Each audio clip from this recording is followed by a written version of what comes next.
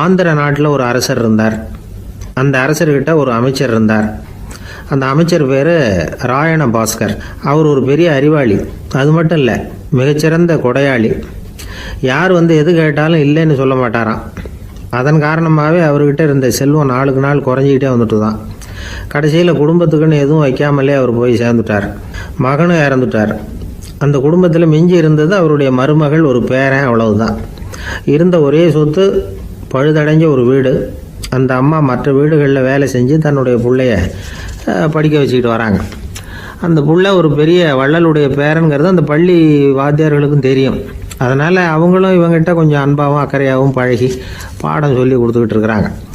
ஒரு நாள் ஒரு புகழ்பெற்ற கவிஞர் ஒருத்தர் அந்த பள்ளிக்கூடத்துக்கு வந்திருக்கிறார். ஆசிரியர்கள்கிட்ட பேசிக்கிட்டு இருந்தப்போ ஒரு செய்தியை சொன்னாராம். ராயண பாஸ்கருங்கிற வள்ளல் எனக்கு நிறைய உதவிகள் செஞ்சிருக்கார், என்னை பாராட்டி பரிசுகள்லாம் கொடுத்துருக்கிறார். அந்த வள்ளல் வாழ்ந்த கிராமத்தை பார்க்கணுங்கிறதுக்காக தான் இப்போ இங்கே வந்திருக்கிறேன் அப்படின்னாராம். ஆசிரியர் உடனே இந்த பையனை கூப்பிட்டு, இதை பாருங்கள், இவன் யார் தெரியுமா, நீங்கள் குறிப்பிடுகிற அந்த வள்ளலின் பேரன் அப்படின்னு அறிமுகப்படுத்தினாராம். கவிஞரின் கண்களில் ஆனந்த கண்ணீர். அந்த பரவச நிலையிலேயே அந்த வள்ளலை பற்றி கவி பாட ஆரம்பிச்சுட்டாராம். இந்த சின்ன பையன் அதை கேட்டிருக்கிறான். உடனே என்ன பண்ணான் தெரியுமோ, தன் கையில் அணிஞ்சிருந்த ஒரு பொன் வளையலை கழட்டி அந்த கவிஞருக்கு பரிசாக கொடுத்துட்டானான். எல்லாருக்கும் ஆச்சரியம். தாத்தா இருக்கும் நிலையில் கொடுத்தார், பேரன் இல்லாத நிலையிலையும் கொடுக்குறான். பையனை எல்லாரும் பாராட்டினாங்களாம். இருந்தாலும் அவனுக்குள்ள ஒரு பயம் எதுவாக ஆரம்பமாச்சு. பள்ளிக்கூடம் விட்டு வீட்டுக்கு வரும்பொழுது அந்த பயம் இன்னும் அதிகமாயிட்டுது. அம்மா என்ன சொல்லுவாங்களோ தெரியலையே, ஏதோ திடீர்னு தோணிச்சு வளையல கட்டி கொடுக்கணும்னு கொடுத்துட்டோம். குடும்பம் இருக்கிற நிலையில் இப்படி நான் செஞ்சது தப்பா, வீட்டு செலவுக்கே அம்மா எவ்வளவு கஷ்டப்படுறாங்க, வீட்டுக்கு போனதும் என்ன நடக்குமோ தெரியலையே அப்படின்னு நினச்சி பயந்துக்கிட்டே அவன் வீட்டுக்குள்ளே அடி எடுத்து வைக்கிறான். அம்மா கூப்பிட்டு சாப்பாடு போட்டாங்க. அவங்க கண்ணில் படக்கூடாதுங்கிறதுக்காக ஒரு கையை பின்னாடி மறைச்சிக்கிட்டே இருந்தான். அம்மா இதை கவனிச்சிட்டாங்க. ஏய், உன் கையை ஏன் அப்படி வச்சிருக்கிற, உன் கைக்கு என்னாச்சு, ஏதாவது அடிபட்டு போச்சா அப்படின்னு கேட்டுக்கிட்டே கையை எடுத்து பார்க்குறாங்க. வளையல காணலை. வளையல் எங்கே அப்படின்னு கேட்குறாங்க. இவன் தயங்கிக்கிட்டே நடந்ததை சொல்கிறான். அதை கேட்டதும் அந்த அம்மாவோட முகம் கோபத்தால் சவுந்து போச்சான். முட்டாளே, என்ன காரியம் பண்ண அப்படின்னு கன்னத்தில் அரைஞ்சிட்டாங்களாம். அம்மா, என்னை அடிக்காத, ஏதோ தெரியாமல் தப்பு பண்ணிட்டேன் அப்படின்ட்டுருக்கான். மகனே, வளையலை கொடுத்ததுக்காக நான் உன்னை அடிக்கலை, அப்படிங்க பின்ன எதுக்கு அடித்தேன்னு கேட்டிருக்கான். உன் பாட்டனார் ஒரு பெரிய வள்ளல், அவர் எதையும் பாதி வேலையை செய்கிறதில்ல, அவருடைய பேரை நீ அரைகுறை வேலை செஞ்சுட்டு வந்திருக்கிற அப்படின்னாங்களாம். என்னம்மா சொல்கிறேன்ருக்கான். நீ ஒரே ஒரு வளையலை மட்டும்தானே கட்டி கொடுத்துருக்குற, கொடுக்குறதா இருந்தால் ரெண்டையும் சேர்த்துல கொடுத்துருக்கணும், அதுதானே உங்கள் தாத்தாவுக்கு பெருமை அப்படின்னாங்களாம். அம்மா, தெரியாமல் இப்படி செஞ்சுட்டேன், உங்கள்கிட்டையும் அரை வாங்கிட்டேன் அப்படி இப்படின்னு அவன் சொல்லியிருக்கிறான். இப்போ அம்மா கொஞ்சம் இருங்க, அந்த கவிஞர் இன்றைக்கி நம்ம ஊரில் தான் தங்கியிருப்பார், நாளைக்கு காலையில் தான் அவர் எங்கே இருக்காருன்னு விசாரித்து இன்னொரு வளையலையும் கொடுத்துட்றேன் அப்படின்ட்டுருக்கான். மகனே, நல்ல செயல்களையெல்லாம் நாளைக்குன்னு ஒத்தி போடாத, நாளைக்கு என்ன நடக்குங்கிறது யாருக்கு தெரியும், இப்போவே போ, எங்கே இருக்காருன்னு பாரு அப்படின்ட்டுருக்காங்க. மகன் புறப்பட்டான். பள்ளி ஆசிரியர்கிட்ட போய் கேட்டானா அந்த கவிஞர் எங்கே இருக்காருன்னு. அவர் சொன்னாராம். உடனே போய் அவர் இருக்கிற இடத்துல கதவை தட்டியிருக்கான். ராத்திரி நேரத்தில் இவனை கண்டதும் அவருக்கு ரொம்ப ஆச்சரியம். இவன் இன்னொரு கை வளையலையும் எடுத்து நீட்டியிருக்கான். அவர் திகைச்சு போய் நிற்கிறார். அவரால் என்ன பண்ணுறதுன்னே தெரியல. ஆனந்த கண்ணீர். இது பெரியவர்கள் கூற கேட்ட ஒரு வரலாறு. இன்றைக்கி இப்படிப்பட்டவங்களை பார்க்க முடியுமா? வறுமை வள்ளல் தன்மையை ஒன்று செய்து விடாதுங்கிறதுக்கு இது ஒரு உதாரணம். ஒருத்தன் இன்னொருத்தனை பார்த்து கேட்டானா, எங்கள் தாத்தா உங்கள் தாத்தாவுக்கு 100 ரூபா கடன் கொடுத்துருக்கிறார், அதை எப்போ திருப்பி கொடுக்க போகிறேன்னு. கவலைப்படாத, எங்கள் பேரன் அதை உங்கள் பேரன்ட்ட திருப்பி கொடுத்துருவான் அப்படின்னு நானா அவன்.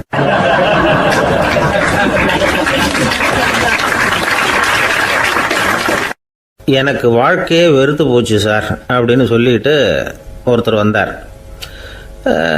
கொஞ்ச நேரம் பேசினதுக்கப்புறம் அவர் அப்படி சொல்லியிருந்தா அதில் ஒரு அர்த்தம் இருந்திருக்கும். வர்றதுக்கு முன்னாடியே வாழ்க்கை வெறுத்து போச்சுன்னு சொல்லிட்டு வர்றார். என்ன சார் விஷயம்னு விசாரித்தோம்.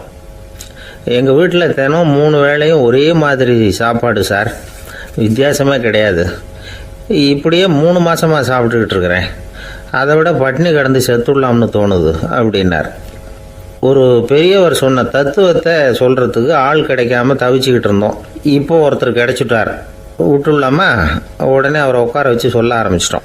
அதாவது நாம் அனுபவிக்கிற உணர்வுகளில் களிப்பு, மகிழ்வு, ஆனந்தம், இது 3க்கும் ஒன்றுக்கு ஒன்று வித்தியாசம் உண்டு. மேம்போக்காக பார்க்குறதுக்கு இது 3 ஒன்று மாதிரி தோணும். ஆனால் அது அப்படி இல்லை. களிப்புங்கிறது உடம்பை பொறுத்தது, மகிழ்வுங்கிறது மனசை பொறுத்தது, ஆனந்தம்ங்கிறது ஆன்மாவை பொறுத்தது. இப்படி இந்த 3 வகையான அந்த சுவைப்புகளின் தன்மையும் வேற வேற. இப்போ முதல்ல களிப்புங்கிறத எடுத்துக்குவோம். நம்ம புலன்களுக்கு களிப்பை தரக்கூடிய பொருள்களுக்கு சில விசேஷ குணம் உண்டு. அது எப்படின்னா, சீக்கிரமே சலிப்பை உண்டு பண்ணும். ஒருத்தர் அந்த பொருளை எடுத்துக்கிட்டால் அது இன்னொருத்தருக்கு குறைஞ்சிரும். உணவு, உடை இதெல்லாம் களிப்பை தரக்கூடிய பொருள்கள். இப்போ உதாரணத்துக்கு, ஒரு சாப்பாட்டு மேசையில் ஒரு பாத்திரத்தில் 10 இட்லி இருக்குது. அதில் ஒரு 2 இட்லியை நம்ம தட்டில் எடுத்து வச்சு சாப்பிட்றோம். நாம் சாப்பிட்ட அந்த இட்லி நிச்சயமாக எதிரில் உட்காந்துருக்கிறவருக்கு இல்லை, அவருக்கு உபயோகப்படாது. நாம் சாப்பிட்ட அதே இட்லியை அவரும் சாப்பிட முடியாது, அவர் வேற தான் எடுத்து வச்சுக்கணும். அது மாதிரி நாம் ஒரு சட்டையை எடுத்து போட்டுக்கிறோம், அதே சட்டையை அதே நேரத்தில் இன்னொருத்தர் போட்டுக்க முடியாது. புலன்களுக்கு களிப்பை தரக்கூடிய இது மாதிரி பொருள்கள்லாம் முதல் தடவை நமக்கு கொடுக்குற களிப்பை 2வது தடவையும் கொடுக்காது, 3வது தடவை இன்னும் குறையும், கடைசியில் வெறுப்பாக மாறிடும். ஒவ்வொன்றா இட்லியை தொடர்ந்து சாப்பிட்றோம்னு வச்சுக்கோங்க, முதல் இட்லி தரக்கூடிய சுவையை 30வது இட்லி தராது. முதல் தடவை புது சட்டையை போட்டுக்கிறப்போ நமக்கு இருக்கிற களிப்பு அதே சட்டையை 100வது தடவையாக போட்டுக்கிறோம்னு வைங்க, அப்போ இருக்குமா? இருக்காது. இதுதான் களிப்பு. அதாவது சீக்கிரமே சலிப்பை தரக்கூடியது. ஒருத்தர் எடுத்துக்கிட்டால் இன்னொருத்தருக்கு குறைஞ்சி போகக்கூடியது. ஆனால் மகிழ்ச்சிங்கிறது அப்படி இல்லை. ஒருத்தர் அனுபவிக்கிறதுனால இன்னொருத்தருக்கு குறைஞ்சி போகாது. இப்போ காலையில் சூரியன் உதயம் ஆகிறத பார்த்து சந்தோஷப்படுறோம், அதையே இன்னொருத்தரும் பார்த்து சந்தோஷப்படலாம். ஒரு நல்ல சங்கீதத்தை கேட்குறோம், ஒரு அழகான ஓவியத்தை ரசிக்கிறோம், நீங்கள் ரசிக்கிற அதே நேரத்தில் இன்னொருத்தரும் அதை ரசிக்கலாம். அதனால் அது குறைஞ்சி போகிறதில்ல. இது மகிழ்வு. ஆனால் ஒன்று, ஒரே பாடலை திரும்ப திரும்ப கேட்டுக்கிட்டு இருந்தால் கடைசியில் அலுப்பு தட்டும். அதாவது மகிழ்வுங்கிறது எப்படின்னா, மற்றவங்களோட பகிர்ந்து கொள்றதுனால குறையாது. ஆனால் ஒரே பொருள் மீண்டும் மீண்டும் அனுபவிப்பை தர்றப்போ முதல்ல மகிழ்வு அதிகரித்து அதுக்கப்புறம் அது மங்கி மறைஞ்சு போயிடும். இதுதான் அந்த மகிழ்வுங்கிறதுக்கு இலக்கணம். சரி, இப்போ 3வதாக சுகம் தரக்கூடிய ஆனந்தம்ங்கிறது எப்படின்னா, இது நமக்கு உள்ளே இருந்து சுரக்கிறது. மனசு சலனங்கள்லேருந்து விடுபடுறப்போ இந்த ஆனந்தம் நமக்கு கிடைக்கும். இது நிலையான சுகம், ஆத்ம சுகம். களிப்பிலிருந்து மகிழ்வுக்கும், மகிழ்விலிருந்து ஆனந்தத்துக்கும் செல்றது தான் மனிதன் நடத்த வேண்டிய முக்கியமான பயணம். இவ்வளவு விஷயத்தையும் கேட்டுட்டு இந்த காலத்து பையன் ஒருத்தன் வந்தான். சார், இப்போ நீங்கள் ஒரு சாப்பாட்டு மேசையில் ஒரு 10 இட்லி வைக்கிறீங்க, என்ன உட்கார வைங்க, எதிரில் இன்னொருத்தனை உட்கார வைங்க, நான் களிப்பு மகிழ்வுலாம் தாண்டி நேரடியாக ஆனந்தத்துக்கு பயணம் பண்ணி காட்டுறேன் அப்படின்னா. ஒன்றும் புரியல அவன் சொன்னது. அது எப்படி, என்ன பண்ணுவ நீ அப்படின்னு சொல்லி கேட்டோம் ஆச்சரியமாக. 2 இட்லி சாப்பிட்டா தானே சார் களிப்பு, நான் 10 இட்லியும் மொத்தமாக சாப்பிட்ருவேன், அடுத்தவனுக்கு எதுவும் கிடைக்காது, அவனுக்கு கிடைக்காதபடி நாமே சாப்பிட்டுடுறோம்ல, அதுதானே நமக்கு ஆனந்தம் அப்படின்னு அதுக்கு ஒரு விளக்கம் சொல்கிறான்.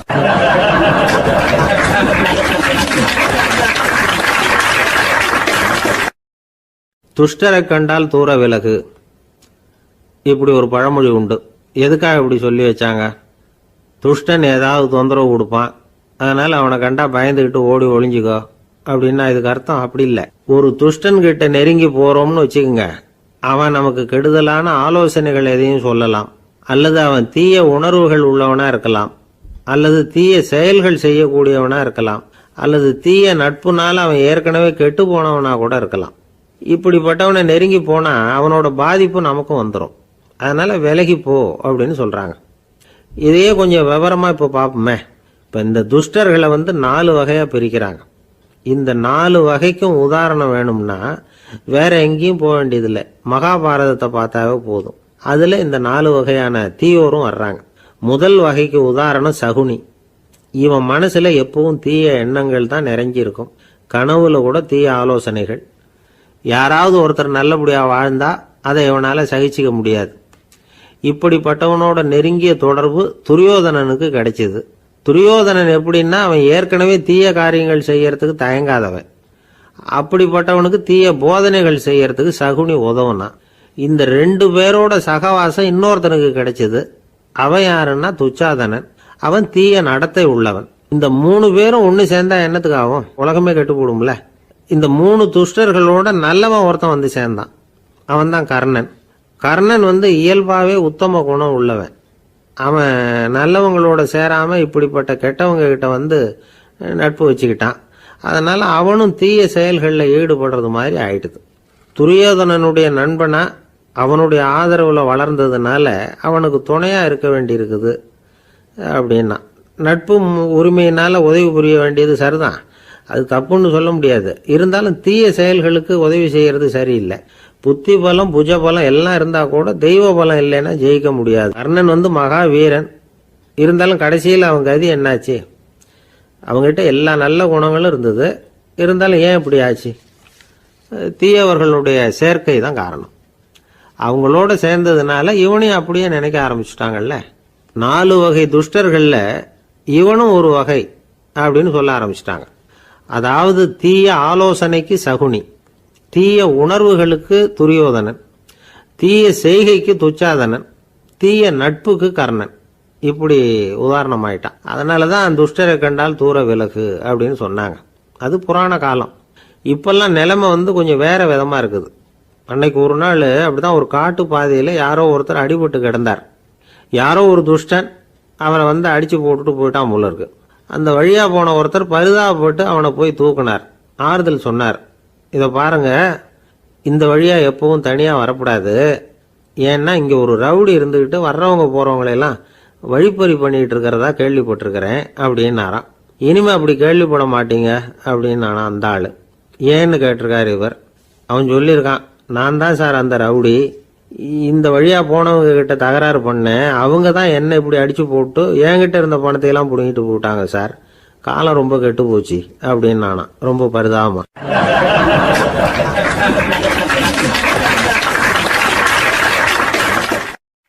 இன்றைக்கு பல பேர் உயில் எழுதி வைக்கிறாங்கல்ல.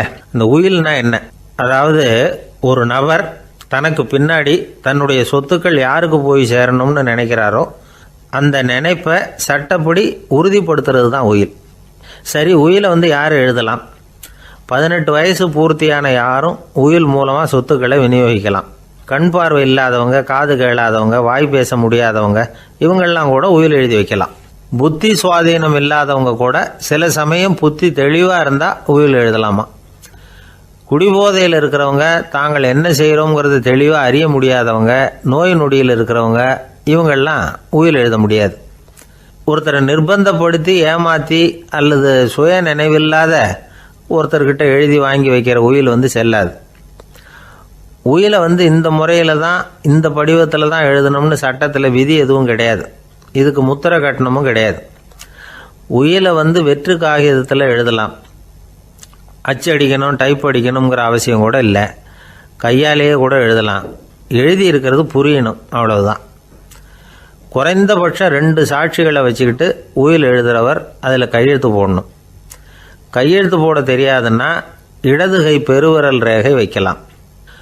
உயில் சாசனத்துக்கு சாட்சிகள் கையெழுத்து இல்லைன்னாலும் அது செல்லாது. அப்புறம் பிரிவிலேஜ்டு வில் அப்படின்னு இருக்கு. அதுக்கு மட்டும் சாட்சிகள் தேவையில்லை. அது என்னன்னா, இந்த விமானப்படை, கப்பல் படை அல்லது யுத்தத்தில் பணிபுரியும் நபர்கள் அவங்கெல்லாம் இருக்கிறாங்க இல்லையா, அப்படிப்பட்டவங்க எழுதுகிற உயில் அது. அதுக்கு சில விசேஷ சலுகைகள் உண்டு. ஒருத்தர் முதல்ல ஒரு உயில் எழுதி வைக்கிறார், அதுக்கப்புறம் மனசு மாறி போகுது, அது வேணாம்னு நினைக்கிறார், ரத்து செஞ்சுடலாம். அதுக்கப்புறம் வேற உயிலும் எழுதலாம். உயிரோடு இருக்கிற வரைக்கும் எத்தனை தடவை வேணும்னாலும் உயில் எழுதலாம். கடைசியாக எழுதப்பட்ட உயில் சட்டப்படி சரியாக இருந்தால் அதுதான் அமலுக்கு வரும். சரி, எழுதுகிற உயிலை ரகசியமாக வச்சிருக்கிறது எப்படி? இது ஒரு கேள்வி. இதுக்கு என்ன செய்யணும்னா, ஒருத்தர் உயிலை எழுதினதுக்கு அப்புறம் அவர் தானாவோ அல்லது அங்கீகரிக்கப்பட்ட முகவர் மூலமாகவோ, அதாவது ஒரு ஏஜெண்ட் மூலமாகவோ, ஒரு கவரில் போட்டு சீல் வச்சு கவர் மேலே தன்னுடைய பெயரை எழுதி அல்லது அந்த ஏஜெண்ட் பெயரை எழுதி கவர் மேலே என்ன அடக்கம் செய்யப்பட்டிருக்கு, உள்ளே என்ன இருக்குது அப்படிங்கிற விவரம்லாம் எழுதி சார் பதிவாளர்கிட்ட ஒப்படைக்கலாம். இதுக்கு கட்டணம் உண்டு. அதுக்கப்புறம் எப்போ தேவைப்படுதோ அப்போ ஒரு மனு கொடுத்து அந்த கவரை திரும்ப வாங்கிக்கலாம்.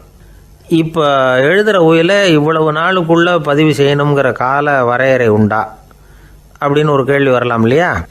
எப்போ வேணும்னாலும் பதிவு செய்யலாம். நம்மால் ஒருத்தர் ஒரு நாள் ரொம்ப அவசரமாக வந்தார். இந்த உயில் எழுதுறது சம்பந்தமாக பூரா விவரமாக எனக்கு உடனே தெரியணும்னார்.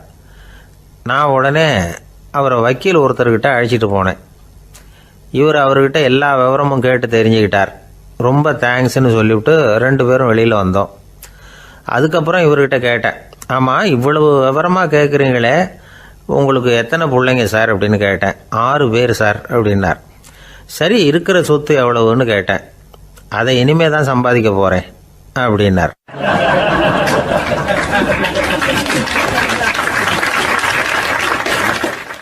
ஒரு ஊரில் ஒரு மன்னர் இருந்தார். அழகான அரண்மனையில் அவர் இருந்தார். அந்த அரண்மனையை விட அழகாக ஒரு மாளிகையை அந்த ஊர்லேயே வேற ஒருத்தன் கட்டியிருந்தான். அப்படி கட்டி முடித்ததில் அவனுக்கு ரொம்ப பெருமை. எத்தனையோ செல்வந்தர்கள்லாம் வந்து பார்த்துட்டு, இந்த மாளிகையை விலைக்கு கொடுத்துட்றியா, எவ்வளவு விலை சொன்னாலும் சரி நாங்கள் வாங்கிக்கிறதுக்கு தயாராக இருக்கோம் அப்படின்னு சொல்லி கேட்டு பார்த்துட்டாங்க. நான் இதை விற்கிறதுக்கு தயாராக இல்லை அப்படின்னு சொல்லிவிட்டான்.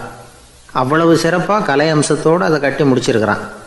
அதுவே ஒரு பெரிய அரண்மனை மாதிரி இருந்ததுன்னா பார்த்துங்களேன். சுற்றிலும் அழகான பூந்தோட்டம். ஒரு நாள் அவன் எங்கேயோ வெளியூர் போயிட்டு திரும்பி வந்துக்கிட்டு இருக்கிறான். அப்போது அந்த மாளிகை தீப்பெட்டி எரிஞ்சிக்கிட்டு இருக்கு. பதறி போட்டான். விலைக்கு கேட்டவங்க யாராவது இதை செஞ்சுருக்கணும், இல்லைன்னா மன்னரே செய்த சதியோ என்னவோ, இப்படிலாம் அவனுக்கு சந்தேகம். ஒரு மூலையில் உட்காந்து அழ ஆரம்பிச்சிட்டான். அந்த சமயத்தில் அவனுடைய மகன் அங்கே ஓடி வந்தான்.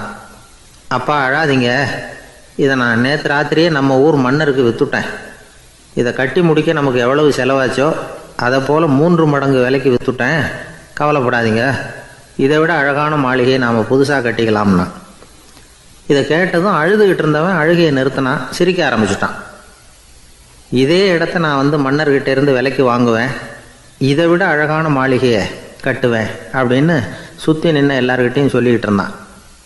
இந்த சமயத்தில் அவனோட இளைய மகன் ஓடி வந்தான். அப்பா, அண்ணன் சொன்னதெல்லாம் சரிதான், மன்னர்கிட்ட விலை பேசினதெல்லாம் உண்மைதான், ஆனால் விற்றது பேச்சு அளவில் தான். இனிமேல் தான் பத்திரம் வாங்கணும், எழுதணும், நீங்கள் கையெழுத்து போடணும், பதிவு பண்ணணும், மன்னர்கிட்ட பணம் வாங்கணும். அதுக்காகத்தான் உங்களை எதிர்பார்த்துக்கிட்டு இருந்தோம். அதுக்குள்ளே இப்படி ஆயிட்டுதுன்னா. இப்போ சிரிச்சுக்கிட்டு இருந்தவன் சிரிப்பை நிறுத்தினான். மறுபடியும் குழந்த மாதிரி அழ ஆரம்பிச்சிட்டான். இது ஒரு சம்பவம். இதிலிருந்து என்ன தெரியுது? அந்த அழகான மாளிகை தன்னுடையது அப்படின்னு நினைக்கும் பொழுது அவனுக்கு அழுகை வந்தது. அது தன்னுடையது இல்லை அப்படின்னு நினைக்கிற போது சிரிப்பு வந்தது. மறுபடியும் அது தன்னுடையது தான் அப்படிங்கிற உணர்வு வரும்பொழுது அழுகை. எது எதிலிருந்து நீ நீங்கி இருக்கிறாயோ அது அதிலிருந்து உனக்கு துன்பம் இல்லை அப்படிங்கிறார் திருவள்ளுவர். இந்த உடம்பு என்னுடையதில்லை அப்படிங்கிற உணர்வு வந்துட்டா அது ஒரு பெரிய நிலை. அந்த நிலை வரணும். எல்லாத்தையும் பயன்படுத்திக்கலாம், ஆனால் பற்றில் விழுந்துடக்கூடாது. உலகத்தில் இருங்கள், ஆனால் உலகத்தவராக இருக்காதீர்கள். உலகிற்குள் இருங்கள், உலகம் உங்களுக்குள் வந்துவிட அனுமதிக்காதீர்கள். விலகி இருங்கள், விழித்திருங்கள், மௌனமாய் பார்த்திருங்கள் அப்படிங்கிறது சான்றோர் கருத்து. செய்ய வேண்டிய கடமையிலிருந்து விலகி இருக்கிறவர்கள் நம்மகிட்ட நிறைய பேர் உண்டு. அப்படிப்பட்ட ஒருத்தர் டாக்டர்கிட்ட போனார். டாக்டர், நான் ஒரு கவர்மெண்ட் ஆஃபீஸில் வேலை பார்க்குறேன், எனக்கு ஒரே அசதியாக இருக்குது, என்னை சோதிச்சு பாருங்கள், ஆலோசனை சொல்லுங்கள் ஏதாவதுன்னார். டாக்டர் அவரை பரிசோதனை பண்ணி பார்த்துட்டு சொன்னார், இதை பாரு, உனக்கு இப்போ தேவைப்படுறது முழு ஓய்வு. நீ எவ்வளவு சீக்கிரமாக ஆஃபீஸுக்கு போறியோ அவ்வளவுக்கு உனக்கு நல்லது அப்படின்னாராம்.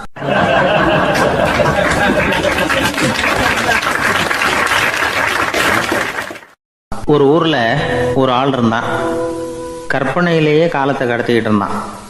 ஒரு நாள் ஒரு மரத்தடியில் உட்காந்துருந்தான். அவனுக்கு பசிக்கிற மாதிரி தெரிஞ்சுது. உடனே கற்பனையிலேயே சாப்பிட ஆரம்பிச்சிட்டான். அதாவது எதிரில் இலை போட்டு சாப்பாடு போடப்பட்டிருக்கிறதாகவும் அதை இவன் சாப்பிட்றதாகவும் நினச்சிக்கிட்டு கையை மட்டும் வாய்க்கும் தரைக்குமா அப்படியும் இப்படியும் கொண்டுகிட்டு போய் பாவனை பண்ணிக்கிட்டே இருக்கிறான். தூரத்தில் இருந்து பார்க்குறவங்களுக்கு இவன் ஏதோ பலமான விருந்து சாப்பிட்டுக்கிட்டு இருக்கிறான் அப்படின்னு தான் தோணும். அது மாதிரியே பண்ணிக்கிட்டு இருந்தான். அந்த வழியாக ஒரு சன்னியாசி வந்துக்கிட்டு இருந்தார். இவனை பார்த்தார். என்ன இவன் இப்படி பண்ணிகிட்டு இருக்கிறானே அப்படின்னு நினச்சாரு. கொஞ்ச நேரம் அவனையே உத்து பார்த்துக்கிட்டு இருந்தார். இவரை பார்த்ததும் அவன் இன்னமும் சுவாரஸ்யமாக சாப்பிட ஆரம்பிச்சிட்டான். அப்பப்பா, என்ன இது, இந்த குழம்பு இவ்வளவு காரமாக இருக்குது, என்னுடைய நாக்கே எரிஞ்சு போடும் போல இருக்கு அப்படின்னு சொல்லிக்கிட்டு பக்கத்தில் ஒரு குவளையை எடுத்து தண்ணி குடிக்கிறது மாதிரி பாவனை பண்ணுறான். அப்பாடா இப்போ கொஞ்சம் பரவாயில்ல அப்படின்னு சொல்லிட்டு குவளையை கீழே வைக்கிறது மாதிரி ஒரு பாவனை பண்ணுறான். சன்னியாசி பார்த்தார். என்னப்பா சாப்பாட்டில் காரம் அதிகமோ அப்படின்னார். ஆமாம் சுவாமி, ஞாபகம் மறதியில் கொஞ்சம் மிளகாய் அதிகமாக சேர்த்துக்கிட்டேன் அப்படின்னா. சரி சாப்பிடு அப்படின்னு சொல்லிட்டார். அவன் சாப்பிட்டு முடிக்கிற வரைக்கும் பொறுமையாக உட்காந்துருந்தார். அவன் அப்பாடா அப்படின்னு சொல்லிட்டு மறுபடியும் தண்ணியை எடுத்து குடித்தான். எல்லாம் கற்பனையிலேயே. அதுக்கப்புறம் சன்னியாசி பேச ஆரம்பித்தார். இதை பாருப்பா, உன்னுடைய கற்பனையை நான் மெச்சுறேன். இருந்தாலும் உன் சாப்பாட்டில் ஒரு இனிப்பையும் வச்சுருக்கலாமே, ஏன் மிளகாயை அளவுக்கு அதிகமாக போட்டுவிட்டு அவஸ்தைப்படுறேன் அப்படின்னார். அவன் யோசிக்க ஆரம்பித்தான். அதுக்கப்புறம் இவர் சொன்னார், இதை பாருப்பா, இனிமேல் உன்னுடைய கற்பனையும் உயர்ந்ததாக இருக்கட்டும் அப்படின்னு உபதேசம் பண்ணிவிட்டு போனார். எப்பவும் உயர்வை பற்றியே சிந்திக்கணும். உயர்வு கிடைக்கலன்னா கூட அப்படி சிந்திக்கிறத நிறுத்தப்படாது அப்படிங்கிறார் திருவள்ளுவர். உள்ளுவது எல்லாம் உயர் உள்ளல், மற்ற அது தள்ளினும் தள்ளாமை நேர்த்து. ஊக்கம் இல்லாமல் உலகத்தில் வாழ்ந்து பிரயோஜனம் இல்லை. அதனால் உயர்வாகவே சிந்திக்கணும். அது நம்மளை ஊக்கப்படுத்தும். இது பெரியோர் வாக்கு. இந்த உலகத்தில் கற்பனையிலேயே வாழ்கிற சில கஞ்சர்களும் உண்டு. அதாவது 2 கஞ்சர்கள், 2 பேரும் பக்கத்து ஊரில் இருந்தாங்க. பொங்கல் சமயம் ஒரு கஞ்சன் தன்னுடைய மகனை கூப்பிட்டான். இதை பாருப்பா, பக்கத்து ஊரில் என்னுடைய நண்பன் ஒருத்தன் இருக்கிறான். அவனுக்கு பொங்கல் பரிசு ஏதாவது கொடுக்கணும். நான் ஒரு 4 ஆட்டுக்குட்டியை தரேன், நீ கொண்டுகிட்டு போய் கொடுத்துட்டு வந்து விட்றியா அப்படின்னு கேட்டான். சரி, நான் புள்ள ஒரு பைய கையில் எடுத்துக்கோன்னா. அவன் எடுத்துக்கிட்டான். இந்த ஆட்டுக்குட்டி பிடிச்சிக்கோ அப்படின்னு சொல்லி ஒவ்வொன்றா போடுறேன் பார் அப்படின்னு சொல்லிட்டு 1 2 3 4 அப்படின்னு எண்ணிக்கிட்டே வெறும் சைகையாலேயே ஆட்டுக்குட்டியை பிடிச்சி போடுறது மாதிரி பாவனை பண்ணிகிட்டு இருக்கிறான். அவன் பிள்ளையும் அதை ரொம்ப அக்கறையாக வாங்கிக்கிறது மாதிரி வாங்கிக்கிட்டு அந்த பையை தூக்கிக்கிட்டு அடுத்த ஊருக்கு போகிறான். இவன் அங்கே போய் சேர்ந்த நேரத்தில் அந்த கஞ்சன் ஊரில் இல்லை, எங்கேயோ வெளியில் போயிருக்கிறான். அவனோட புள்ள மட்டும்தான் வீட்டில் இருந்தான். இவன் அவன்கிட்ட, இதை பாரு, எங்கள் அப்பா உங்கள் அப்பாவுக்கு ஆட்டுக்குட்டி கொடுத்து அனுப்பியிருக்கிறாரு, பிடிச்சிக்கோ அப்படின்னு சொல்லி பாவனையிலேயே ஒவ்வொன்றா எடுத்து அவங்ககிட்ட கொடுத்துட்டான். அவனும் வாங்கிட்டான் வாங்கிறது மாதிரி. அப்புறம் சொன்னான், சரிப்பா, நானும் பதிலுக்கு ஏதாவது ஒன்றுகிட்ட கொடுக்கணும் இல்லையா, அதனால் அந்த பையை பிடி, ஒரு 10 எலுமிச்சம்பழம் தரேன், பதிலுக்கு அதை நீ எடுத்துகிட்டு போ அப்படின்னு சொல்லி கையாலேயே ஒவ்வொன்றா எடுத்து போடுறது மாதிரி பாவனை பண்ணிவிட்டான். அவனும் ரொம்ப நன்றி அப்படின்னு சொல்லிவிட்டு அதை வாங்கிட்டு போயிட்டான். கொஞ்ச நேரம் கழித்து வெளியில் போயிருந்த அப்பங்காரன் திரும்பி வந்தான். உள்ள சொன்னான், அப்பா, உன்னோட நண்பர் அவருடைய மகன் மூலமாக உனக்கு 6 ஆட்டுக்குட்டி கொடுத்து அனுப்பியிருந்தார். நானும் பதிலுக்கு ஒரு 10 எலுமிச்சம்பழம் கொடுத்து அனுப்பியிருக்கிறேன் அப்படின்னா. எப்படிடா கொடுத்தேன்னு கேட்டார் அப்பா. இப்படி தான் கொடுத்தேன்னு சொல்லி சைகையிலேயே காட்டினான். இதை பார்த்ததும் அப்பங்காரனுக்கு பயங்கரமாக கோபம் வந்துட்டுது. பலார்னு அரைஞ்சுட்டான் பையனை. ஏன்ப்பா அரைஞ்ச? 10 எலுமிச்சம்பழம் கொடுத்துட்டேனே அப்படிங்கிறதுக்காகவா அப்படின்னு கேட்டான். அது கூட பரவாயில்ல, நீ காட்டுற சைகையை பார்த்தா ஆரஞ்சு பழம் சைஸுக்கு இருக்குதே, அவ்வளவு பெருசாக ஏன் கொடுத்த? அதுதான் எனக்கு கோபம் அப்படி.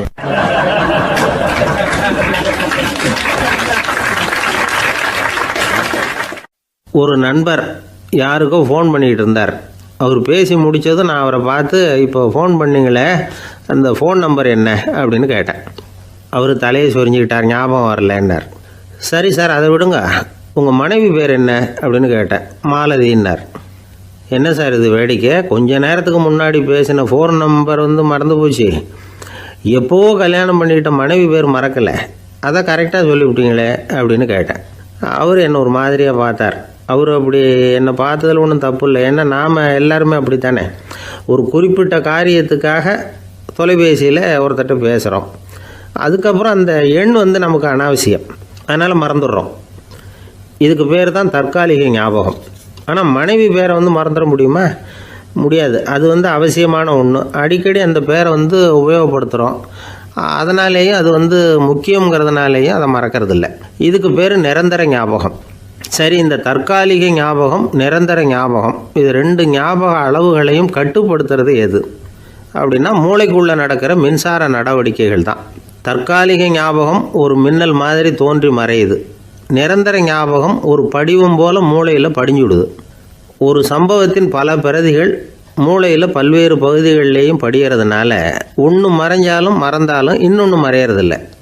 இப்படிப்பட்ட நிலைமையில தான் இந்த தொண்டையில் இருக்கு, வாயில் வரமாட்டேங்குது சார் அப்படிமா.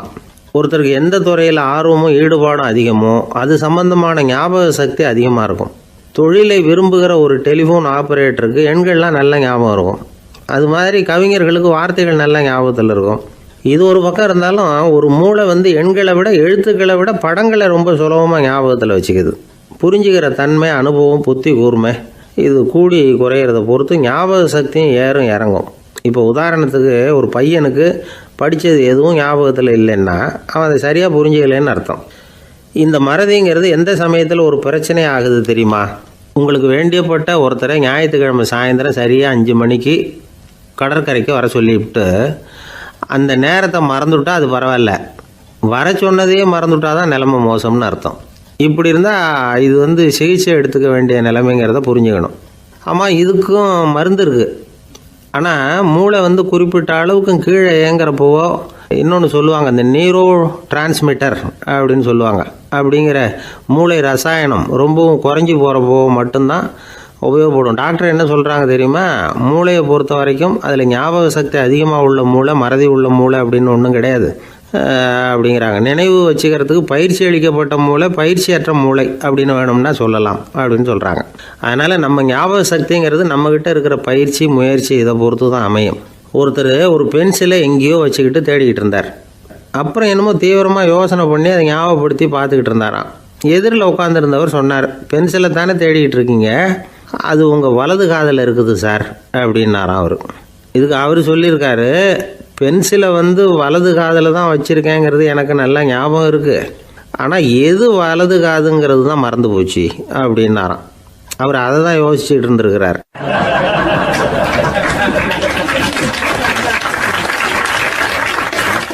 எனக்கு ஒரு உதவி செய்யணும் அப்படின்னு நம்மளை பார்த்து ஒருத்தர் கேட்குறாருன்னு வச்சுங்களேன், உடனே நாம் அவரை பார்த்து என்ன உதவின்னு கேட்போம். இதுதான் சராசரி மனிதர்களின் இயல்பு. ஆனால் ஒருத்தர் எனக்கு ஒரு உதவி செய்யணும் அப்படின்னு கேட்ட உடனே என்ன உதவின்னு கூட கேட்காம சரி செய்கிறேன் அப்படின்னு ஒத்துக்கிறது இருக்கு பாருங்கள், அது கொஞ்சம் அபூர்வம். அந்த காலத்தில் ஒருத்தர் இருந்தார். அவர் எப்படி தெரியுமா?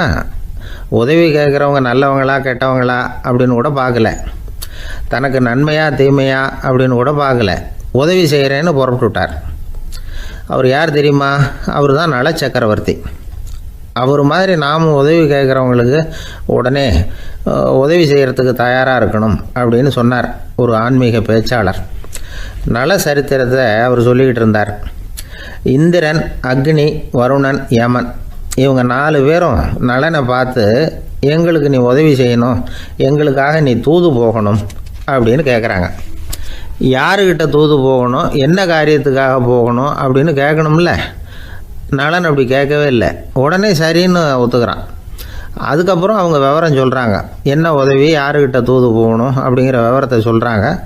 நலனுக்கும் அப்புறம்தான் புரியுது, எந்த தமயந்தியை இவன் காதலிச்சானோ, எந்த தமயந்தின் சுயமரத்துக்காக இவன் போய்கிட்டு இருக்கிறானோ அந்த தமயந்தியை பார்த்து தங்களுக்காக அவகிட்ட வாதாடணும், பேசணும், தங்களில் ஒருத்தரை கல்யாணம் பண்ணிக்கும்படியாக கேட்கணும் அப்படின்னு அவங்க 4 பேரும் நலன்கிட்ட கேட்குறாங்க. இதை கேட்டதும் நலன் கொஞ்சம் கூட முகம் சுளிக்கலை, பதட்டப்படலை. நேராக தமயந்தி கிட்ட போகிறான். இந்திரன், அக்னி, வருணன், யமன் இவங்களோட சிறப்புகளை எடுத்து சொல்கிறான். இவங்களில் ஒருத்தரை கல்யாணம் பண்ணிக்கலாம் அப்படின்னு சொல்லி கேட்டுக்கிறான்.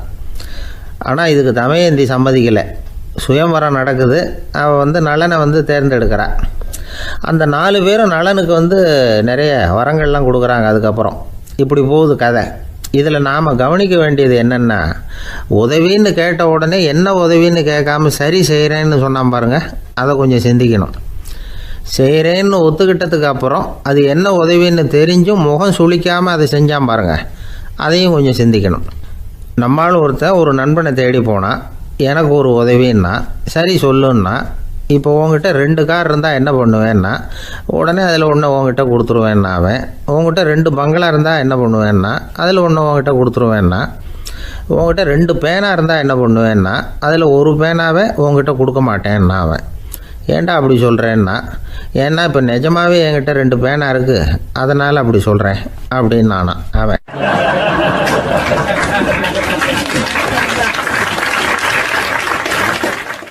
காலை நேரம் கடற்கரை ஓரம் காலை வீசிக்கிட்டு கையை வீசிக்கிட்டு ஏதோ சண்டைக்கு போகிற சிப்பாய் மாதிரி எல்லாரும் நடந்து போயிட்டுருக்குறாங்க. நடைப்பயிற்சி. அதில் நமக்கு தெரிஞ்ச ஒருத்தர் எதிரில் வந்தார் ரொம்ப வேகமாக. என்ன சார் வாக்கிங்க அப்படின்னு கேட்டோம். அவரால் ஆமாம்னு பதில் சொல்ல முடியல.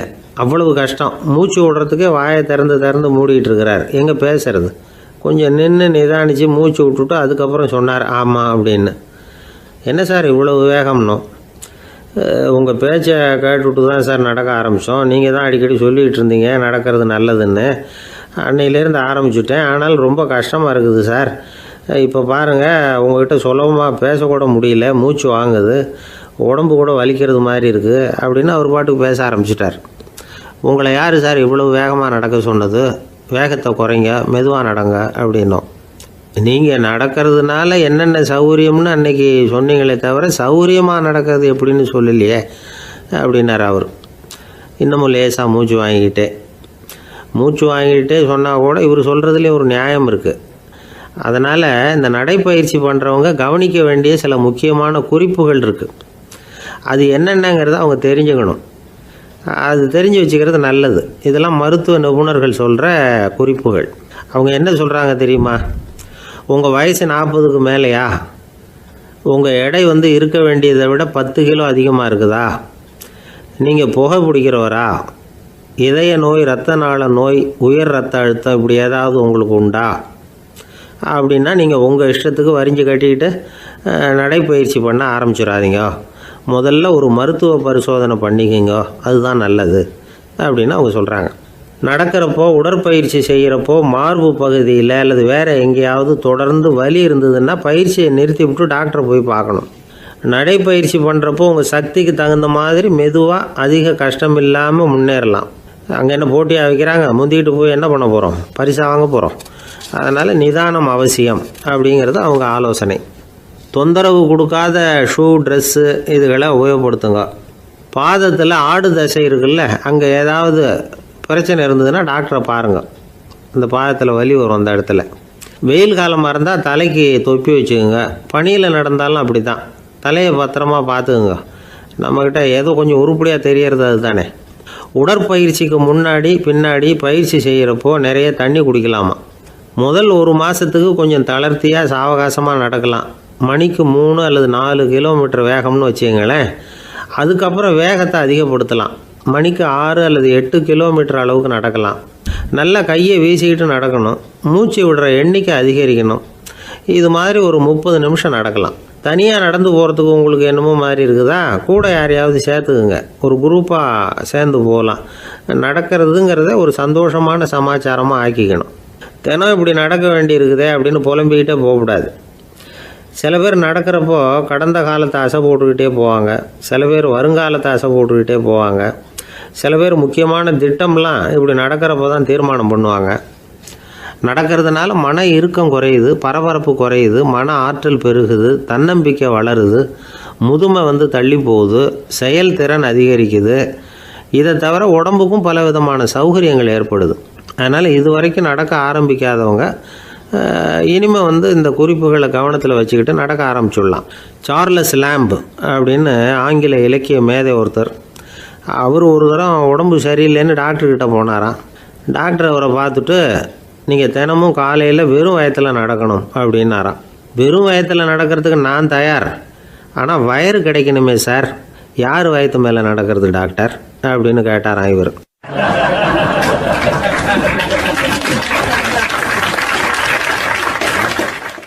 ஒரு ஊரில் ஒரு மன்னன் இருந்தான், கொடுங்கோல் மன்னன்.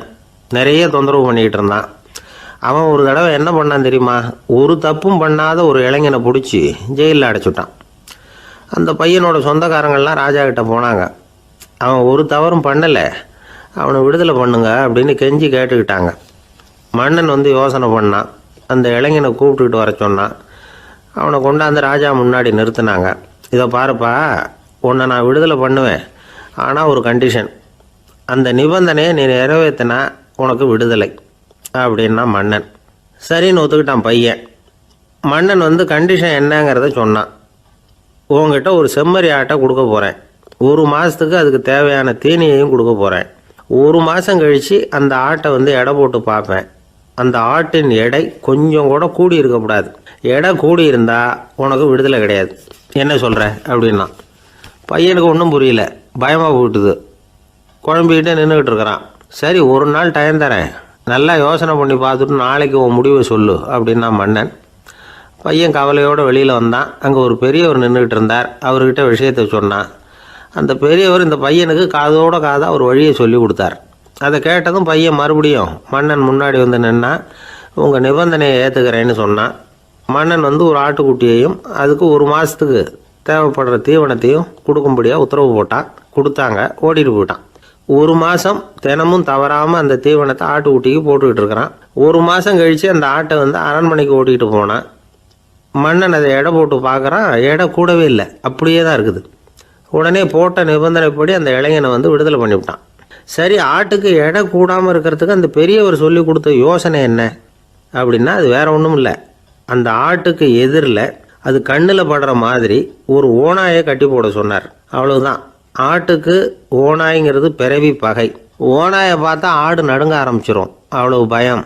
தினமும் அந்த ஆடு பயந்துக்கிட்டே தீனி சாப்பிட்டுது, எடை கூடல. அதுதான் ரகசியம். இது வந்து சின்ன பிள்ளைங்களுக்கான ஒரு கதை. இதிலேருந்து தெரிஞ்சிக்க வேண்டிய உண்மை என்னென்னா, நாமெல்லாம் சாப்பிட்றப்ப மனசும் உடம்பும் அமைதியாக இருக்கணும். அப்போ தான் அது உடம்புல விட்டும். அவசரத்துலேயும் பயத்துலையும் சாப்பிட்டா அது சரியாக ஜீரணமாகாது. இன்னொரு ராஜா இருந்தார். அவரும் ஒரு இளைஞனை ஜெயிலில் அடைச்சி விட்டார். விடுதலை பண்ணணும்னா ஒரு கண்டிஷன்னார். என்னன்னு கேட்டான். ஒரு ஆட்டுக்குட்டியை அவன் முன்னாடி கொண்டாந்து நிறுத்துவேன், நீ அதுக்கிட்ட ஒரு கேள்வி கேட்கணும், அதுக்கு சரியான பதிலை சொல்லணும். அப்படி செஞ்சுட்டா உனக்கு விடுதலைன்னார். இளைஞன் யோசனை பண்ணி பார்த்தான். சரின்னு ஒத்துக்கிட்டான். அது பிரகாரமே ஆட்டுக்குட்டியை பதில் சொல்ல வச்சுட்டான். என்ன நடந்தது தெரியுமா? ஆட்டுக்குட்டியை கொண்டாந்து நிறுத்தினாங்க. இவன் மெதுவாக அதுக்கிட்ட போனான். அது காதுகிட்ட போய் ஏப்ரலுக்கு அடுத்த மாதம் என்ன மாதம்னு கேட்டான். அது உடனே மேன்னு கத்திச்சு. இவன் விடுதலை ஆயிட்டான்.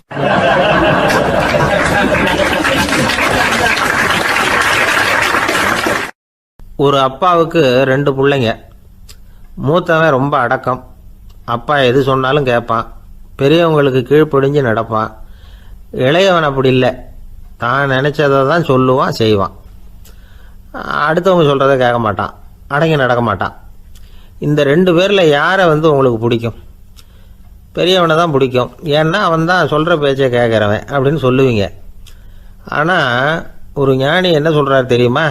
ஒரு குழந்தை அதன் அறிவுக்காக மதிக்கப்பட வேண்டுமே தவிர அதனுடைய கீழ்ப்படியும் தன்மைக்காக அல்ல அப்படிங்கிறார். நம்ம குழந்தைகளை வந்து சுயமாக சிந்திக்கிறதுக்கு நாம் விடுறதில்லை. மற்றவங்கள பார்த்து காப்பி அடிக்கிறதுக்கு தான் நாம் அவங்களுக்கு கற்றுக் கொடுக்குறோம். புகழ்பெற்ற மனிதர்கள் சிலருடைய பேரை சொல்லி, நீயும் அவர் மாதிரி ஆகணும், இவர் மாதிரி ஆகணும் அப்படின்னு சொல்லிகிட்டே இருக்கிறோம். குழந்தைகள் வந்து தங்களுடைய தனித்தன்மையை வளர்த்துக்கிறதுக்கு நாம் தடையாக இருக்கிறோம். ஒரு குழந்தைகிட்ட அனாவசியமாக வந்து நம்பிக்கையை வளர்த்துடக்கூடாது, எந்த கோட்பாட்டையும் திணிக்கக்கூடாது. நாம் ஏற்கனவே அர்த்தமில்லாத கருத்துக்களையும் கொள்கைகளையும் மனசில் போட்டு நிரப்பி வச்சுருக்கிறோம். இந்த உலகத்துக்கு புதுசாக வந்து சேர்ந்திருக்கிற ஒரு குழந்தையின் தூய்மையான மனசில் நம்ம கருத்துக்களை அறிமுகம் செய்ய அல்லது திணிக்கிறதுக்கு நமக்கு எந்த அதிகாரமும் கிடையாது. ஒரு குழந்தைய நீ இந்த மதத்தை சேர்ந்தவன் அப்படின்னு பிறந்ததுமே ஒரு முத்திரை குத்தி விடுறோம். இது அதோட சுதந்திரத்தை ஆரம்பத்திலேயே கிள்ளி எறிகிறது மாதிரி தான். நீங்கள் ஒரு மதத்தின் வழிமுறைகளை கடைப்பிடிச்சிக்கிட்டு வர்றீங்க, அந்த வழியில் போய்கிட்டு இருக்கிறீங்க, சரி, அதனால் போகிறீங்க. அதுக்காக உங்கள் குழந்தையையும் அதே வழியில் தான் வரணும் அப்படின்னு கட்டாயப்படுத்துறதுக்கு உங்களுக்கு என்ன உரிமை இருக்குது? அந்த குழந்தை சுயமாக சிந்தித்து ஒரு முடிவுக்கு வரட்டுமே, அதுக்கு நீங்கள் ஏன் தடையாக இருக்கிறீங்க? நமக்கு உண்மையிலேயே நம்ம குழந்தை மேலே அன்பு இருந்தால் இது மாதிரி திணிப்பு வேலைகளை செய்யக்கூடாது. திணிப்பு வேலைகளிலிருந்து குழந்தைகளை காப்பாற்றினா போதும். அதுதான் ரொம்ப முக்கியம். அடுத்த தலைமுறை அற்புதமான தலைமுறையாக உருவாகும். நாம் தான் சாதி மத சங்கடங்களில் மாட்டிக்கிட்டு தவிக்கிறோம். அவங்களாவது சாதி மத வேறுபாடு இல்லாத சமுதாயத்தை பார்க்கட்டுமே, அந்த சௌகரியங்களை அனுபவிக்கட்டுமே. அதுக்கு நாம் என்ன செய்யணும்னா ஒன்றும் செய்யாமல் இருந்தால் போதும். ஒரு குழந்தைகிட்ட நம்ம கருத்தை திணிக்கும் பொழுது என்ன ஆகுது தெரியுமா? அது வந்து அவனை அவங்ககிட்ட இருந்தே அப்புறப்படுத்தி விடுது. அவனுடைய தனித்தன்மையை அழிச்சுடுது. அவனை ஒரு எல்லைக்குள்ளே திணிச்சுடுது. இதெல்லாம் அன்புங்கிற பேரால் பெற்றோர்கள் செய்கிற தப்பு. இதெல்லாம் கேட்டுக்கிட்டு இந்த காலத்தில் அப்பா ஒருத்தர் சொன்னார், நான் கருத்துக்களை எல்லாம் என் பையன்கிட்ட திணிக்கிறது இல்லைங்க, ஆனால் அதிகமாக சாப்பிட சொல்லி கட்டாயப்படுத்துவேன் அப்படின்னார். உங்கள் வீட்டு சமையல் அவ்வளோ நல்லா இருக்குமான்னு கேட்டாங்க. நல்லா இருந்தால் நான் ஏன் அவனை சாப்பிட சொல்லி கட்டாயப்படுத்த போகிறேன் அப்படின்னார்.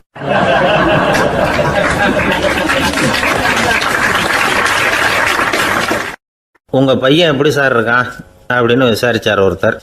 அவன் என்ன சார், எதை சொன்னாலும் காதில் வாங்க மாட்டேங்கிறான், அவன் பாட்டுக்கு போகிறான் வர்றான் அப்படின்னு சொல்லி அழுத்துக்கிட்டார் அப்பா. பெரியவங்க சொல்கிறத சின்ன பிள்ளைங்க கேட்கறது இல்லைங்கிறது ஒரு குறை, பெரியவங்க சொல்கிறது சின்ன பிள்ளைங்க காதிலேயே விழறது இல்லைங்கிறது ஒரு குறை. இது கொஞ்சம் சீரியஸான விஷயம், கவனித்து பார்க்கணும். ஒரு குழந்தைக்கு காது சரியாக கேட்குதா இல்லையா அப்படிங்கிறத நாம் தான் கவனித்து பார்த்து கண்டுபிடிக்கணும். அதுவாக நம்மக்கிட்ட தவழ்ந்து வந்து அப்பா எனக்கு காது கேட்கல, அழைச்சிட்டு போங்க டாக்டர்கிட்ட அப்படின்னுலாம் சொல்லிகிட்டு இருக்காது. அது சரி, ஒரு குழந்தைக்கு காது சரிவர கேட்குதா இல்லையா அப்படிங்கிறத முன்கூட்டியே நாம் தெரிஞ்சுக்கிறது எப்படி? அதுக்கு சில வழி இருக்குது. உங்கள் குழந்தைய கொஞ்சம் அப்படி கவனித்து பாருங்கள். அடிக்கடி ஜலதோஷம், காதில் அரிப்பு ஏற்படுதா, மூக்கு விரிவாகவும் அப்புறம் டான்சில், அடினாய்டு, சத அழற்சி இது மாதிரி ஏதாவது இருக்கா, வாயிலிருந்து எச்சில் ஒழுகுதா, குழந்தை வாயினால் சுவாசிக்குதா, பற்கள் முன்னாடி தள்ளி வளருதா, இதெல்லாம் அதுக்கு அறிகுறி. அப்புறம் இந்த VBDF TH இப்படி இந்த ஒலிகள் சேர்ந்த வார்த்தைகளை குழந்தை சரியாக புரிஞ்சுக்காது. இப்போ உதாரணத்துக்கு பட்டுன்னு சொல்லு குழந்தை அப்படின்னீங்கன்னா அது கட்டுன்னு சொல்லும். அதாவது பட்டு சவுண்டை அதால் புரிஞ்சுக்க முடியல. அப்புறம் உங்கள் குழந்தை உங்களை உறக்க பேச சொல்கிறானா, அடிக்கடி கேள்வி கேட்குறானா, சாப்பிட்றப்போ கவனம் இல்லாமல் இருக்கானா, படிப்பில் போதுமான முன்னேற்றம் இல்லையா, வகுப்பில் சரியாக கவனிக்கிறது இல்லையா, இப்படிலாம் இருந்தால் ஆரம்பத்திலேயே டாக்டர்கிட்ட அழைச்சிட்டு போய் சிகிச்சையை ஆரம்பிச்சுடலாம், குணப்படுத்தி விடலாம். குழந்தைக்கு காது சரியாக கேட்கலன்னா நீங்கள் செய்ய வேண்டியது என்ன தெரியுமா?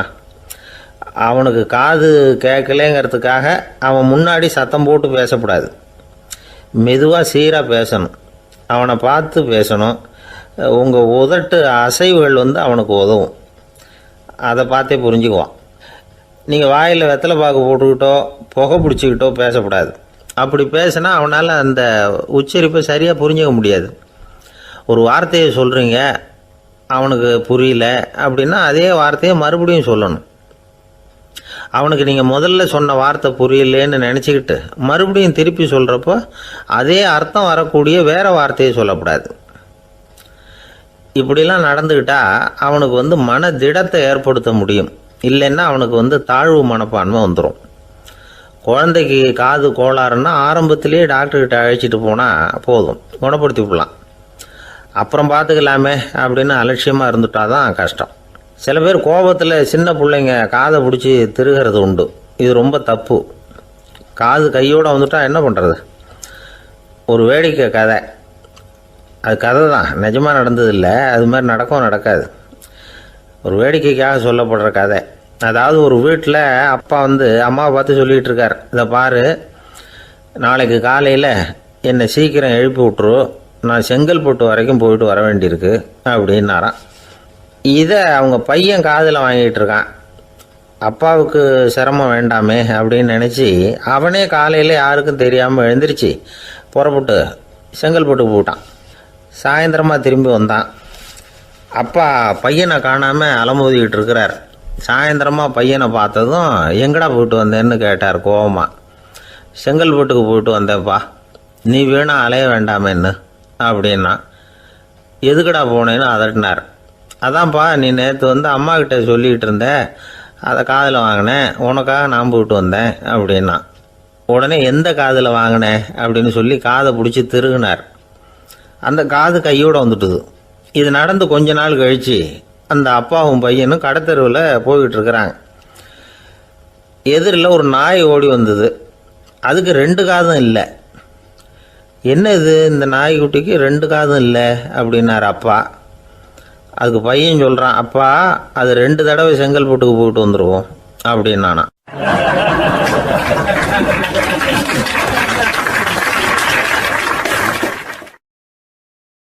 பிரிட்டிஷ் ஆட்சி நடந்துக்கிட்டு இருந்த காலம் 1920களின் கடைசி. அப்போ நடந்த ஒரு உண்மை நிகழ்ச்சி இது. ஒரு கல்யாண மாப்பிள்ளை ரயிலில் இறங்க போகிறார். அவரை வரவேற்க ஒரு ராஜ குடும்பமே காத்துக்கிட்டு இருக்குது. மங்களூர்லேருந்து இறங்குற அந்த மாப்பிள்ளை யார் தெரியுமா? ஒரு நாய். உண்மைதான், அந்த நாய்க்கு தான் கல்யாணம். சுதேசி சமஸ்தானத்து மன்னர்களில் ஒருத்தர் ஜூனாகட் மகாராஜா. அவரோட வளர்ப்பு நாய் ரோஷனாரா. அதுக்கு கல்யாணம் பண்ணி வைக்கணும்னு ஆசைப்பட்டார். மாப்பிள்ளை தேடினார். மங்களூர் மகாராஜாவோட வளர்ப்பு நாய் ஒன்று இருந்தது, பேர் பாபி. இது ரெண்டுக்கும் கல்யாணம் நடத்த முடிவு பண்ணார். திருமணத்துக்கு வேண்டிய எல்லா ஏற்பாடுகளையும் பண்ணுங்க அப்படின்னு உத்தரவு போட்டார். ஆயிரக்கணக்கான அழைப்புதழ்கள், பல சமஸ்தான மன்னர்கள், ஜமீன்தார்கள், பிரிட்டிஷ் அதிகாரிகள், பெரிய பணக்காரங்க, இப்படி நிறைய பேருக்கு அழைப்புதழ்கள் அனுப்பி வச்சாங்க. பத்திரிகையை பார்த்தவங்கெல்லாம் திகைச்சு போயிட்டாங்களாம். இருந்தாலும் என்ன பண்ணுறது, ராஜாவே அழைக்கிறார், போகாமல் இருக்க முடியுமா? அந்த சமயத்தில் நாட்டின் கவர்னர் ஜெனரலாக இருந்தவர் இர்வின் பிரபு. அவருக்கும் ஒரு பத்திரிகை போயிருக்குது. வாங்கி பார்த்ததும் அவருக்கு பயங்கர எரிச்சல். உடனே குப்பை தொட்டியில் போட்டுவிட்டாராம்.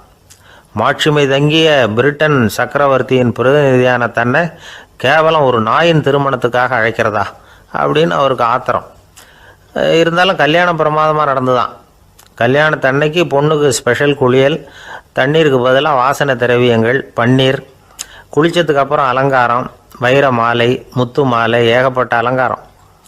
மாப்பிள்ளையை அழைக்கிறதுக்கு ரயில்வே ஸ்டேஷனில் ராஜ குடும்பமே காத்துக்கிட்டு இருக்குது. அவங்களோட வளர்ப்பு நாய்கள் 250. அத்தனை நாய்களுக்கும் பட்டு துணி போத்தி இருக்குது. முத்து வடங்கள் அணிவிச்சிருக்கிறாங்க. எல்லாம் ராஜ நாய்கள். அதுகளையும் வீதியில் நடக்க விடலையாம். அதுகளை சுமந்துக்கிட்டு போக அலங்கரிக்கப்பட்ட யானைகள் காத்துக்கிட்டு இருக்குதான். மாப்பிள்ளைக்கு வரவேற்பு எப்படி தெரியுமா? அது நடந்து வர்ற பாதை பூரா ரத்தன கம்பளம் விரிச்சிருக்குது. 2 பக்கமும் ராஜாங்க அதிகாரிகள் கைகட்டி நிற்கிறாங்க.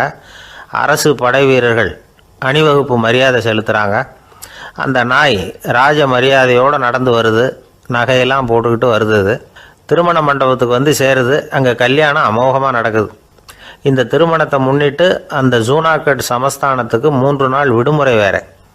கல்யாணத்துக்கு வந்திருந்தவங்களுக்கெல்லாம் ஏக தடபுடலாக விருந்து, நாட்டியம் எல்லாம் பிரமாதமாக நடந்து தான். இந்த கல்யாணத்தில் கலந்துக்க வந்திருந்த மற்ற சமஸ்தானத்து மன்னர்கள், தீவான்கள், அரச குடும்பத்தினர், இப்படி அவங்க 700 பேராம். அவங்க போகிறதுக்காக விசேஷ ரயில்கள்லாம் வேற விட்டுருக்காங்க.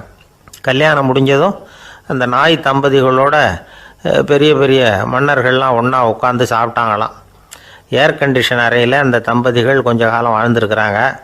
கொஞ்ச நாளில் மாப்பிள்ளைக்கு மரியாதை குறைய ஆரம்பிச்சுட்டுது.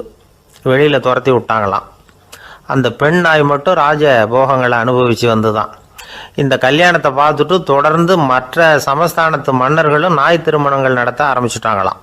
இது உண்மையில் நடந்திருக்குது. இப்படி அது இருக்கட்டும். இப்போ நம்ம கதைக்கு வருவோம்.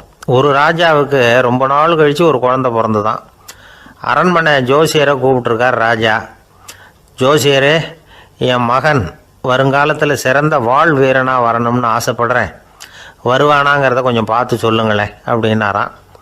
ஜோசியர் சொன்னார், மன்னா, உங்கள் புள்ள வாள் வீரனாக வர்றது கஷ்டம். ஆனால் அவரும் உங்களை மாதிரியே நாய்க்குட்டிகள் பேரில் பிரியமாக இருப்பார். அதுகளுக்கு கல்யாணமும் பண்ணி வைப்பார் அப்படின்னாராம். அது எப்படி கண்டுபிடிச்சிங்க அப்படின்னு கேட்டிருக்கார் ராஜா. அரசே, உங்கள் பிள்ளைக்கு வாள் மேலே உள்ள பிரியத்தை காட்டிலும் நாய் மேலே உள்ள பிரியம் அதிகங்கிறதுக்கான அறிகுறி இப்போவே தெரியுது. நல்லா கவனித்து பாருங்கள். அவர் வாழ்னு கத்துறாரு அப்படின்னாரு. கவனித்து பார்த்துட்டு அப்படி எனக்கு காதில் விழலையே அப்படின்னாராம் மன்னர். அதனால தான் சொன்னேன், அவர் கத்துறது வாழ்னு கத்தலை, வள்ளுன்னு கத்திக்கிட்டு இருக்கார். அதனால தான் அப்படி சொன்னேன் அப்படின்னாராம் அரண்மனை ஜோசியர்.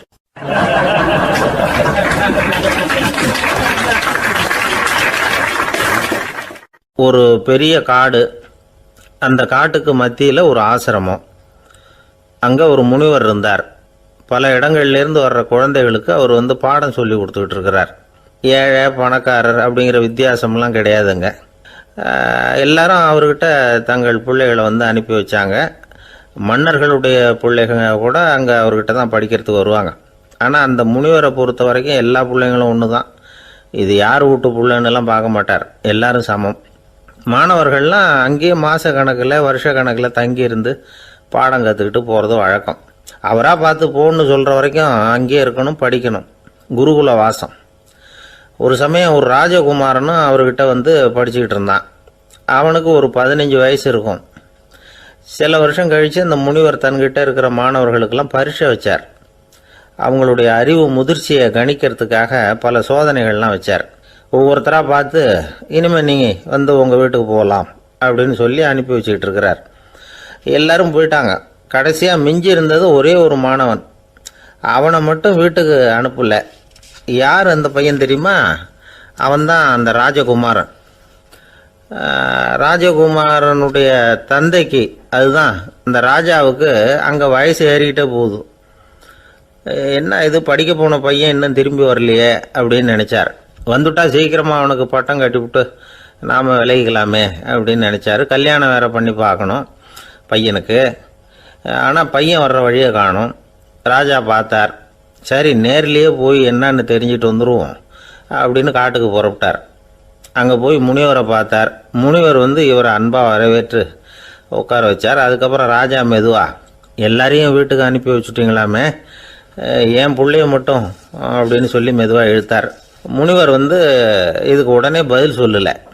ராஜாவை கூப்பிட்டுட்டு போய் விருந்தினர் குடிசையில் தங்க வச்சார். அதுக்கப்புறம் சொன்னார், உங்கள் மகன் வந்து எல்லா பாடங்கள்லேயும் முதல் இடம் வாங்கியிருக்கான்.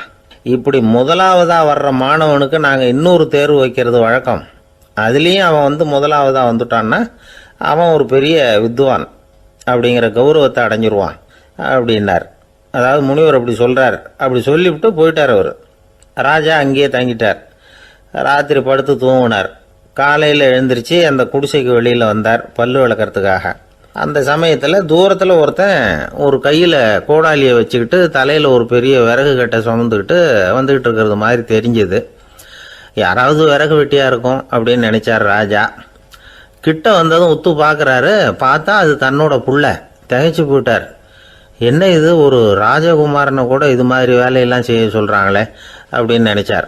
ராஜகுமாரன் வந்து விறகு கட்டை கொண்டுகிட்டு போய் கொல்லை பக்கம் வச்சான். அந்த சமயம் முனிவர் அங்கே வந்தார். என்ன மகனே, விறகு வெட்டிட்டு வந்துட்டியா? சரி, இப்போ வந்து ஒரு துடைப்பத்தை எடுத்துக்கோ, விருந்தினர் குடிசையின் வாசல் பக்கத்தை கூட்டி பெருக்கி சுத்தம் பண்ணு போ அப்படின்னார். அப்படியே செய்கிறேன் குருவே அப்படின்னு சொல்லிவிட்டு போனான். சுத்தம் பண்ண ஆரம்பிச்சிட்டான். ராஜா பார்த்தார் இதை. உடனே ஓடியாந்தார். மகனே, என்ன காரியம் பண்ணுற? துடப்பத்தை கீழே போடுனார். இப்போ அந்த ராஜகுமாரன் சொல்கிறான், தந்தையே, இது வந்து என்னுடைய குருதேவரோட உத்தரவு. இங்கே வந்து நான் ஒரு மாணவன். இங்கே அரசனும் ஒன்று தான், ஆண்டியும் ஒன்று தான். குருதேவர் சொல்கிறத மறுக்காமல் செய்கிறது தான் எங்கள் கடமை அப்படின்னா. இந்த சமயம் முனிவர் அங்கே வந்தார். இவனை வந்து முதுகில் தட்டி கொடுத்தார்.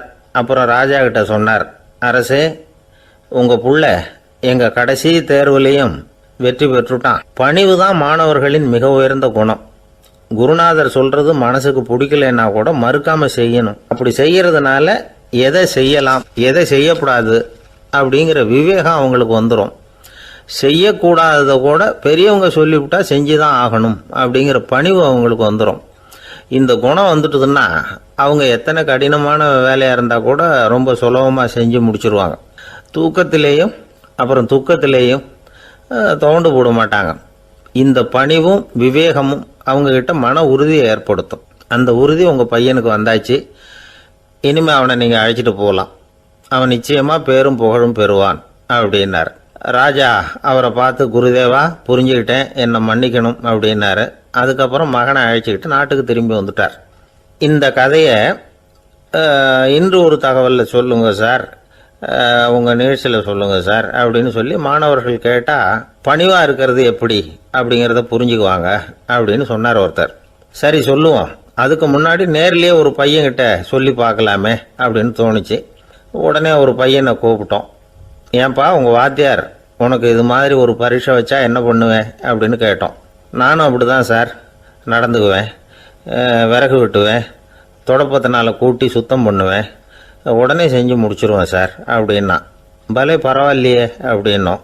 ஆமாம் சார், அப்படி செஞ்சால் தானே வீட்டுக்கு அனுப்புவார், இல்லைன்னா இன்னொரு வருஷம் இங்கேயே இருந்து படின்னு சொல்லி விடுவார், அதனால் அப்படி செய்வேன் அப்படிங்கிறான் அந்த பையன்.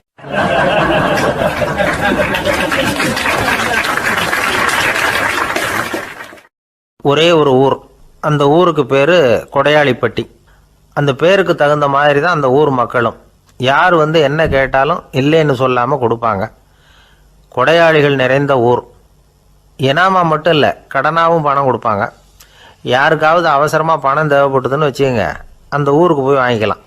பத்திரம் தேவையில்லை, சாட்சி தேவையில்லை, ஜாமீன் தேவையில்லை, எந்த உத்தரவாதமும் கேட்காம பணம் கொடுத்துருவாங்க. நம்மளால் ஒருத்தனுக்கு பணம் தேவைப்பட்டது. சொந்த பந்தமெல்லாம் கேட்டு பார்த்தா யாரும் கொடுக்குற வழியாக தெரியல. எல்லாரும் அவங்கவுங்க சௌரியத்தை பார்க்குறவங்க, அடுத்தவங்க சௌரியத்தை பற்றி கவலைப்படாதவங்க. இவன் எல்லாரையும் கேட்டு பார்த்துட்டு சோர்ந்து போய் உக்காந்துட்டான். அந்த நேரம் தான் கொடையாளிப்பட்டியை பற்றி கேள்விப்பட்டான். அப்படி ஒரு ஊர் இருக்கிறது தெரிஞ்சதும் அந்த ஊருக்கு வழி கேட்டுக்கிட்டு ஒரு நாள் புறப்பட்டு போனான். வயல்காட்டு வழியாக போக வேண்டியிருந்தது. மெதுவாக நடந்து ஊர் எல்லைக்கு வந்துட்டான். 2 பக்கமும் விவசாய வேலைகள் மும்முரமாக நடந்துக்கிட்டு இருக்குது. ஏர் உழுதுகிட்டு இருக்கிறாங்க. அப்போ அங்கே ஒரு ஆளை பாம்பு கடிச்சுட்டுது.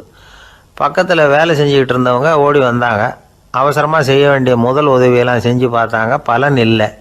அந்த ஆள் செத்து போட்டான்.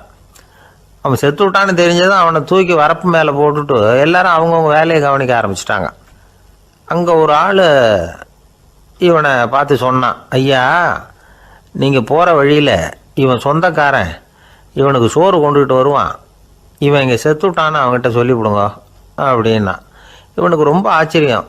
என்னடா இது, பாம்பு கடிச்சுட்டுதுன்னதும் பதறி அடிச்சுக்கிட்டு ஓடி வந்தாங்க, செத்துட்டான்னதும் பேசாமல் தூக்கி போட்டுட்டு போயிட்டாங்க அப்படின்னு நினச்சிக்கிட்டே நடந்து போகிறான்.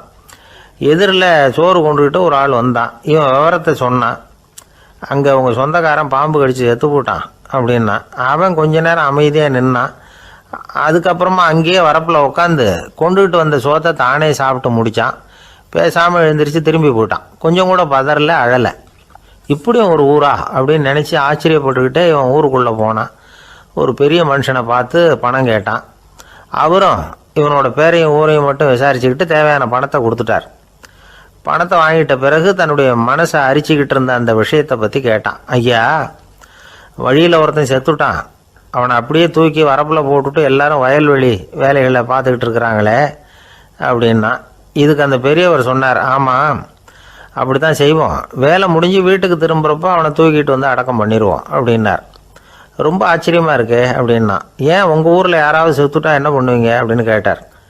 என்ன இப்படி கேட்குறீங்க, எங்கள் ஊரில் எல்லாம் பணத்தை தூக்க விட மாட்டாங்க, ஒப்பாரி வைப்பாங்க, கட்டி புரண்டு அழுது புலம்பி தீர்த்துருவாங்க அப்படின்னா. இவன் பெரியவர் பார்த்தார். அவங்ககிட்ட கொடுத்த பணத்தை லபக்குன்னு பறிச்சுக்கிட்டார். திருப்பி வாங்கிட்டார். இவன் பதறி போய் நிற்கிறான். அவர் சொன்னார், பணத்தையே விட மாட்டேன்னு கட்டுப்பிடிச்சி அழுதா நான் கொடுத்த பணத்தை மட்டும் எப்படி திருப்பி கொடுக்க போகிறேன், போயிட்டு வா அப்படின்னு விரட்டி விட்டாரான். இந்த கதையை நண்பர் ஒருத்தர் சொன்னார். கதை வேடிக்கையாக தெரிஞ்சால் கூட இதில் கருத்து உண்டு. பணம் பிணம் இது ரெண்டையுமே விடுறதுக்கு அவ்வளவு சுலபமாக மனம் வர்றதில்லை. இந்த 2 விஷயங்கள்லேயும் அறிவார்ந்த செயல்பாடு தேவை. ஒரு பேருந்து மரத்தில் மோதி விட்டுது. எல்லாரும் அடிபட்டு முனைகிட்டு கிடக்கிறாங்க. டிரைவர், கண்டக்டர் இவங்களுக்கும் அடி. அவங்களும் ஒரு பக்கம் கிடக்கிறாங்க. ஒரு மூலையில் கிடக்கிற ஒருத்தன் மெதுவாக முக்கி முனகி கண்டக்டர்னு சத்தம் போடுறான். கண்டக்டர் மெதுவாக நகர்ந்து